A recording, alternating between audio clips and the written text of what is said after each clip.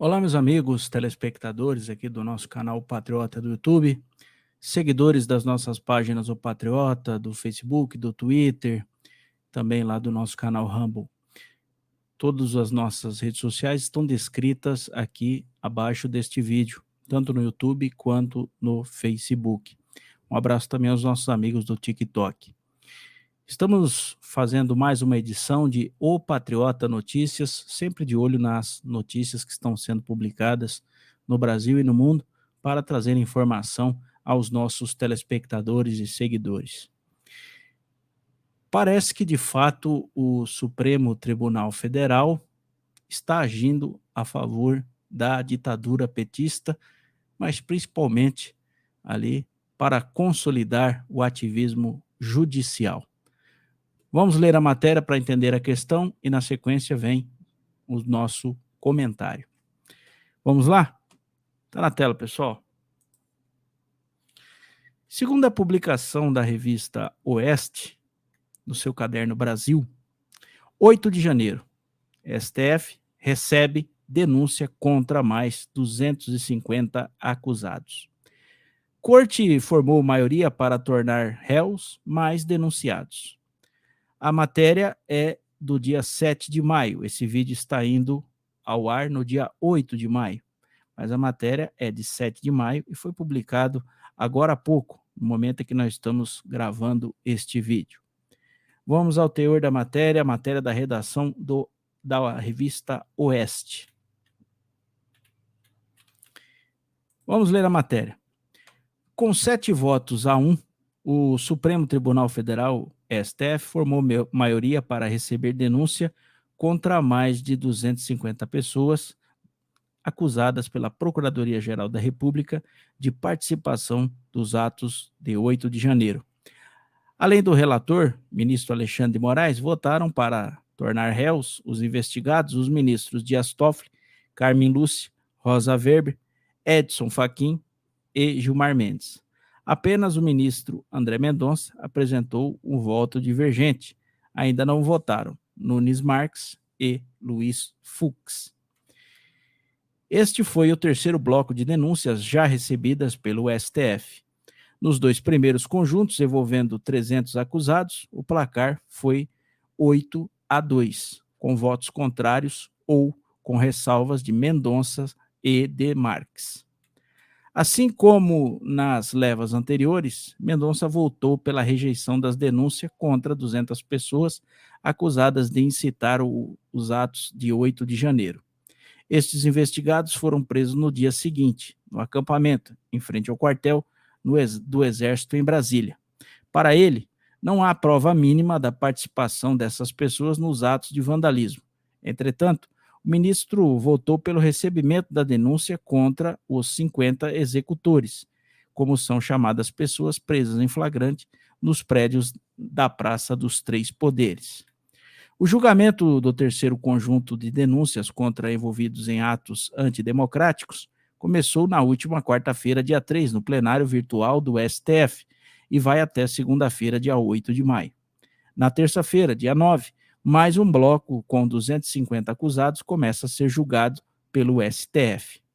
A PGR denunciou 1.390 pessoas pelos atos de 8 de janeiro, sendo 239 no núcleo dos executores, 1.150 no núcleo dos incitadores, os acampados na frente do quartel do Exército, e uma pessoa no núcleo que investiga a suposta omissão de agentes públicos.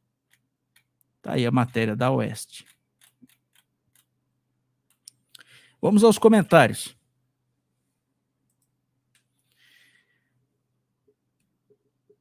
Nós sempre estamos falando aqui, já há muito tempo, que as pessoas que deveriam ser julgadas pelo Supremo Tribunal Federal são aquelas que detêm foro privilegiado.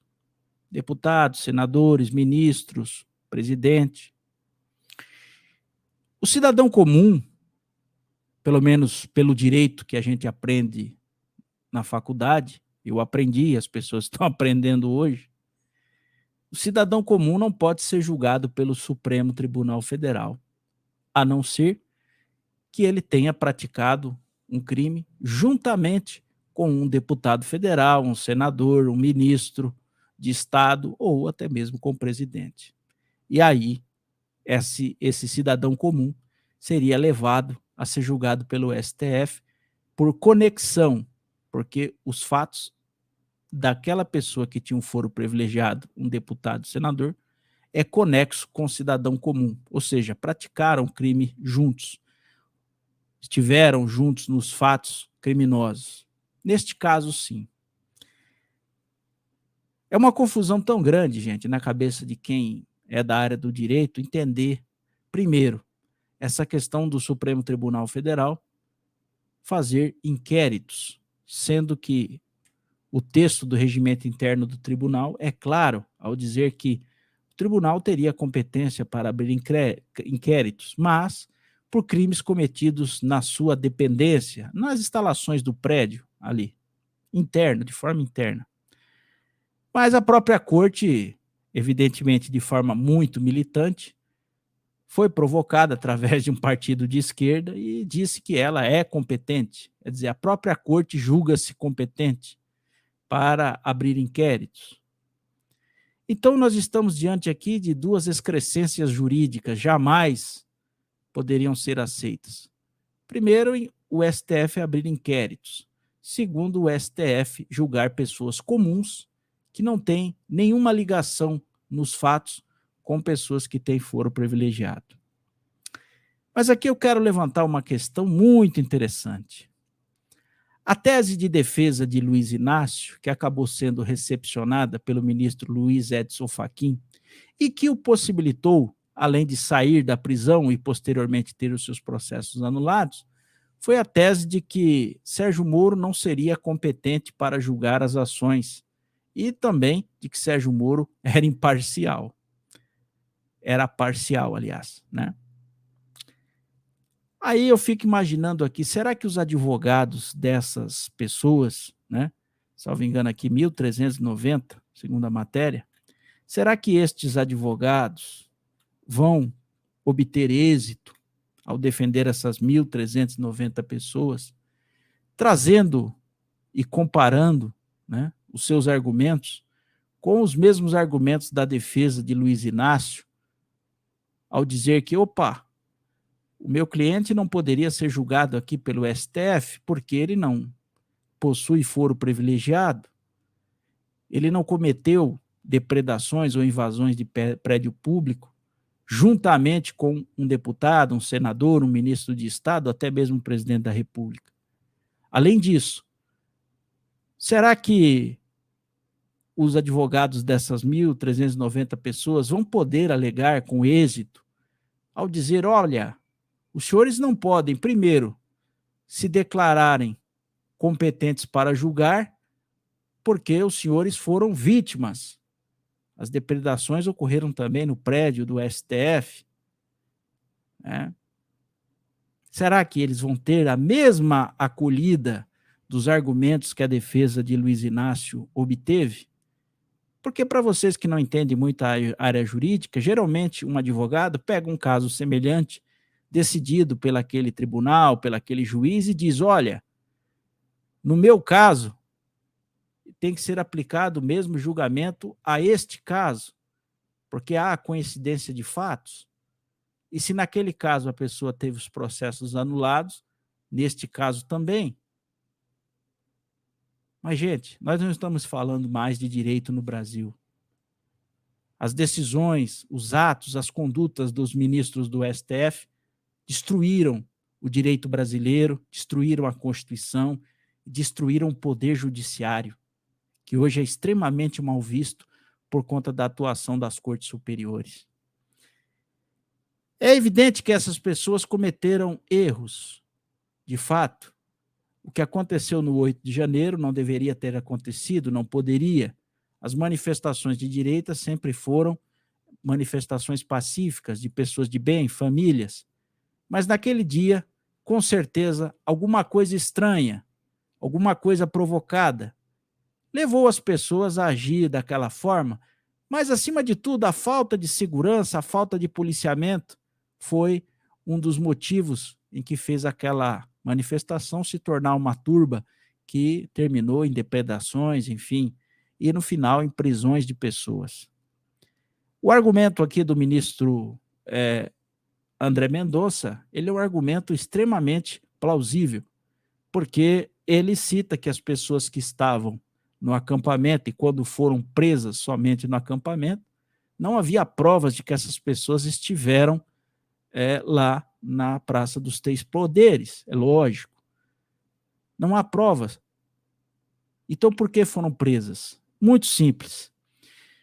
O que se procurou após os atos do dia 8 de janeiro foi simplesmente dar um corretivo, mas também para as pessoas que receberam esse corretivo, para que os outros, ao verem essas pessoas receberem esse corretivo, não tentem, não ousem fazer a mesma coisa. Essa questão aqui, e os senhores sabem disso, ela já está decidida. Essas pessoas estão condenadas por um tribunal incompetente, de forma ilegal, porque esse tribunal não poderia julgar essas pessoas, muito menos poderia se declarar competente para julgar essas pessoas. E, evidentemente, no curso do processo, não vai adiantar essas pessoas dizerem, através de testemunhas ou de seus advogados, que não estavam ou não foram na Praça dos Três Poderes e ficaram apenas no acampamento lá em frente ao QG. É um argumento plausível. Se eu não estive lá, se eu sequer sair daquele local, eu não tenho nada a ver com os fatos. Mas isso com certeza funcionaria num poder judiciário honesto, probo, num poder judiciário em que a lei e a Constituição é cumprida, e não é o caso mais do nosso país, infelizmente. Acabou. É aquilo que eu sempre digo para os meus amigos. Hoje, direito é algo que você aprendeu de uma forma e na prática é totalmente outra.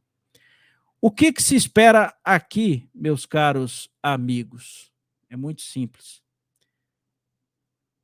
Esperamos que o Congresso Nacional crie, talvez, um tribunal acima do STF, ou que extingua, através de lei, uma emenda, né, constitucional, o STF criando um outro tribunal, e esse tribunal com novos integrantes. É a única saída. Infelizmente, nós estamos aqui registrando fatos que, em qualquer país sério, estaria resultando numa revolução em ações efetivas para sanar essas irregularidades, inconstitucionalidades, parcialidade dos membros desses tribunais. Mas aqui no Brasil será difícil. O que resta ao nosso povo e aos acusados é simplesmente agir com honra, agir com, como é que eu posso dizer, com uma espécie de altivez, porque justiça eles não terão, infelizmente. Se você gostou desse conteúdo, não se esqueça de curtir e compartilhar, se inscrever aqui no nosso canal, ser um seguidor das nossas páginas e no nosso canal do Rambo. Todas as nossas redes sociais estão descritas aqui abaixo na descrição do vídeo. E essa foi mais uma edição de O Patriota Notícias e nós voltaremos a qualquer momento. Aguardem.